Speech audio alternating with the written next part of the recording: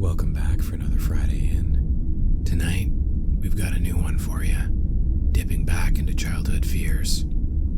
Pour 'em and roll 'em. This is Treehouse. When I was a kid, I found a treehouse that created another version of me. My best friend Lewis and I were out biking our usual paths through the woods like we did every Saturday of the summer. But this time, there was a new path that forked off from the other. It went into thick woods that we'd never explored because of the density of trees. But then, all of a sudden, there was a new bike trail. Lewis and I decided to double back and check it out. The path was clear and wide for the first several hundred meters, but it started narrowing and more routes were taking over the trail. Just as we were about to turn back, we saw a clearing ahead and something large hovering a dozen feet up. As we got closer, it became clear we were looking at a treehouse. A very well put together one at that. It had a wooden spiral staircase that led up to a wide, octagon-shaped structure with cutout windows. It was unlike anything I'd ever seen. Lewis and I approached it cautiously, figuring there was someone or someones inside. Lewis, who was the braver and more adventurous, called out loudly with a simple, "Hello?" There was no response.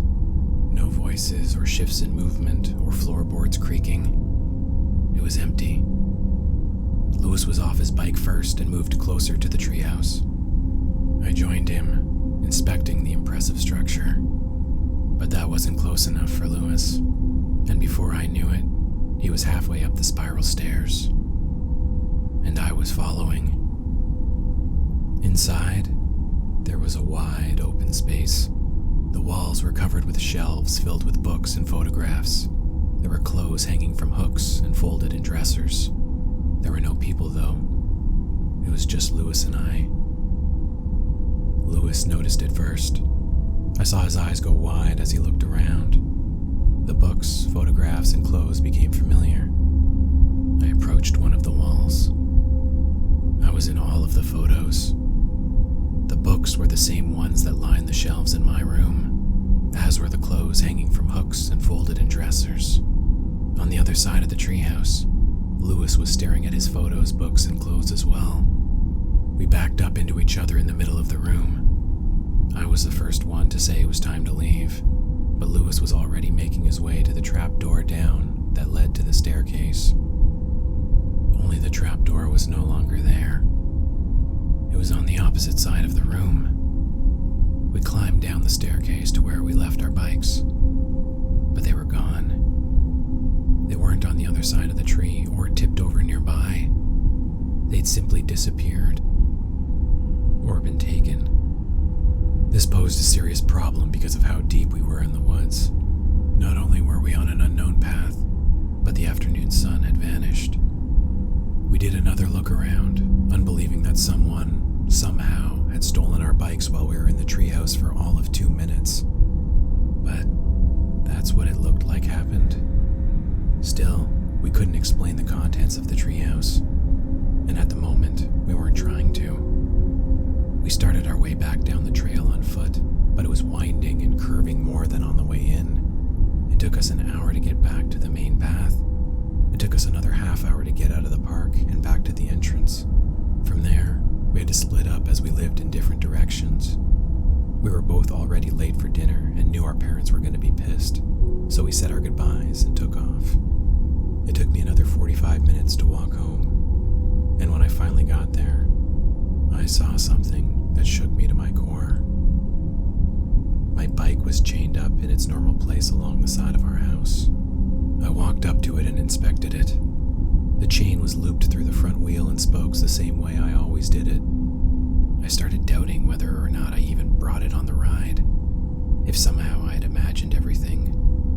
But as I walked past the dining room window on my way to the front door, I saw something more disturbing than the bike.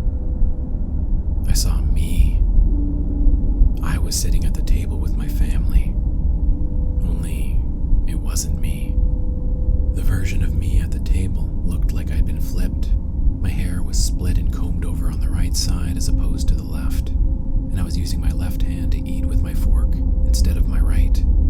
I watched the mirror version of me eating and interacting with my family, smiling, laughing, talking. He fit in perfectly. Almost. Then he locked eyes with me, and the smile disappeared, only for a moment. But in that moment, I saw hatred and anger. Then it was gone, and he rejoined the conversation. I watched my mirror version stealthily slide his dinner knife into his sleeve as he laughed at one of my dad's jokes. I had a feeling the knife was for me. I had to get away from there. I rushed over to my bike and unlocked the combo. I was at full speed heading down the street within seconds. Behind me, I heard the front door of my house open and shut. I didn't turn back. I pedaled faster, and 10 minutes later, I was pulling up to Lewis's. There, just like mine, was Lewis's bike, locked up along the side of his house in the same manner as always. I had a plan to go in and get Lewis. He'd know what to do. Lewis's dad answered the door and invited me in. I noticed it immediately. Lewis was sitting at the table with his family. Only he was different. The cleft lip he had scarred downward on the right. The Lewis sitting at the table had a scar that went left. It was a mirror version of Lewis, and no one in his family could tell. Between him and I, you can tell how little attention was paid to us. But we had big families. When other Lewis looked up and saw me, he knew I knew. I saw the same brief flash of hatred and anger take over his face, but it was shoved aside and replaced by a fake smile. I joined them at the table, and Lewis's mom brought me a plate. Outside, I saw movement in the window. It was me. Other me. He was here. I felt trapped. I had nowhere to go. Then, I got an idea. Over the next few minutes, I gradually keeled over more and more and started rubbing my stomach. I asked if Lewis's dad could drive me home. He agreed. Outside, as he walked me to the car, I turned and saw other me hiding along the siding of the house, watching. The drive there became increasingly tense as I started to wonder if my family was okay. Who knew what those mirror versions of us would do? But I got home, and my family was okay. I kept up with the pretending to be sick charade and went upstairs to lay down. From my bedroom window, I watched other me outside pacing in the shadows. Soon after, he was joined by other Lewis. I was trying to figure out a plan to make it through the night when something small crashed through my window. It wasn't very loud, and no one came to check on me, so I guessed everyone downstairs didn't hear. I picked up the projectile, which turned out to be a rock, and found it wrapped in paper. There was a message written on the inside of it. "Come out by midnight, or we come in and kill everyone." It was 9 o'clock at that point, so I had 3 hours to figure it out. I went over the arsenal in the house, which was none. My dad didn't have a gun. Most of his tools were in the garage that was not attached to the house. I only had close combat weapons. Except there was one thing. Just one. It popped in my mind and stuck. I knew it would work as a weapon, or at least a distraction. I formed a plan. I'd come to the realization that Lewis was dead, killed by this other Lewis, and my twin was trying to kill me to replace me for whatever purpose. Two things were clear. The first was they wanted me dead. The second was the only way to stop that was to kill them first. With the idea I had, I waited until 1:45 before getting my supplies. With my secret weapon hidden inside one of my larger coats, I grabbed 2 knives from the kitchen. I planned to use them, but hoped I wouldn't have to, if I even had it in me to do so. I went to the window and watched the two outside. They'd spent opposing sides of the house, but would occasionally join each other on one end and talk. They were in the backyard now, so I went to the front door and took off down the street. I knew it wouldn't be long before they saw me and started to chase me, but I just needed to get 4 blocks to the kids' park nearby, which would be the most empty place in the neighborhood at this time of night. My secret weapon rubbed against my chest, but I kept going. As I passed the halfway point, I turned back to check. They'd seen me, and they were in a full sprint to catch me. I had them beat though. I had just enough of a head start to turn into the park and find my way to the back courtyard. I ran towards the bathroom shelter and went into the boys' room. I rushed to the far wall and pressed my back against it. I had the 2 knives in my jacket pocket, but it wasn't time for them yet.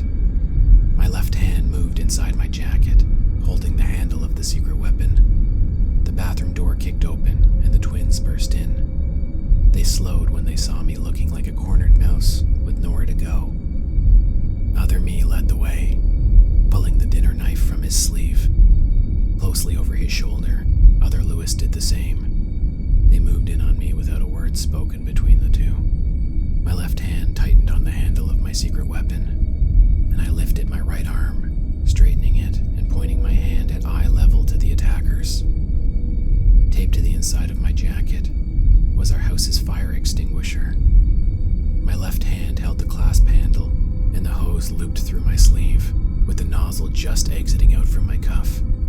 Before the twins could stop, I squeezed the handle and held it down. The stream hit both of them directly in the face, mouth, and eyes. I shifted to the side, continuing the spray, but wanting to keep my location moving. They both went down, clutching at their faces and screaming. But the screams didn't sound like they came from human vocal cords. They were croaky and shrill at the same time. I wanted to move in on them with the knives I brought, but the fire extinguisher had done more than temporarily impair them. The fire extinguisher sputtered out, empty. The smoke that filled the bathroom began to settle. The twins were twitching, spasming out. Green foam was pouring from their mouths.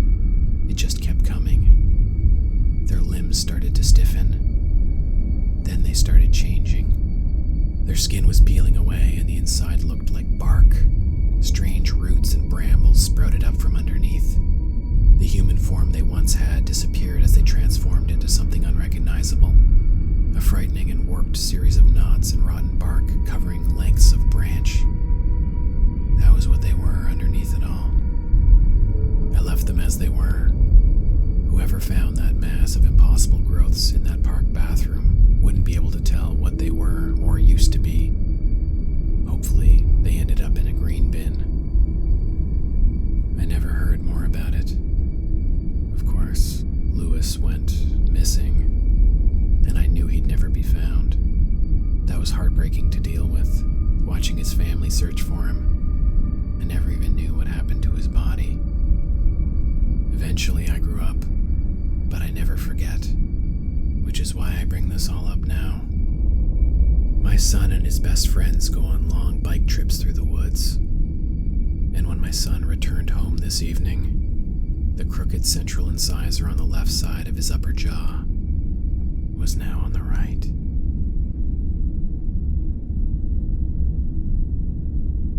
And that concludes episode number 48.